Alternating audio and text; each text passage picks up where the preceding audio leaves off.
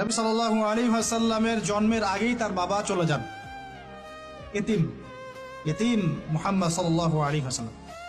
তার মা আমিনা 6 বছর বয়সে ইন্তেকাল করেন। সিচুয়েশন বুঝতে পারছেন? 6 বছর একটা বাচ্চার বাবাও নাই মাও নাই।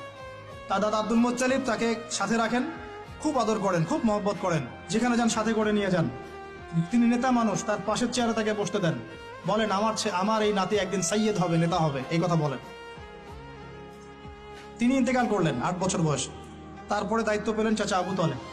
নাম কি? এই 8 বছর বয়স থেকে নিয়ে নবী সাল্লাল্লাহু আলাইহি ওয়াসাল্লাম নবী হয়েছেন 40 বছর বয়সে, আর মক্কায় ছিলেন 13 বছর, প্রায় 53 বছর। প্রায় 53 বছর পর্যন্ত, 8 থেকে 53 বছর পর্যন্ত, এই যে লম্বা সময় চাচা আবু তালেব নবী সাল্লাল্লাহু আলাইহি ওয়াসাল্লামকে পাহাড়ের মতো প্রোটেক্ট করেছেন, পাহাড়ের মতো। পাহাড়ের পিছনে আপনি দাঁড়ালে কি বাতাস লাগবে? এভাবে তিনি প্রোটেক্ট করেছেন নবী সাল্লাল্লাহু আলাইহি ওয়াসাল্লামকে। তার সন্তানদেরকে যা খাওয়াতেন তার চেয়ে ভালোটা নবীকে খাওয়াতেন সাল্লাল্লাহু আলাইহি ওয়াসাল্লাম। স্পেশাল রান্না তৈরি করে তাকে ডেকে নিয়ে বসতেন, কারণ এতিম।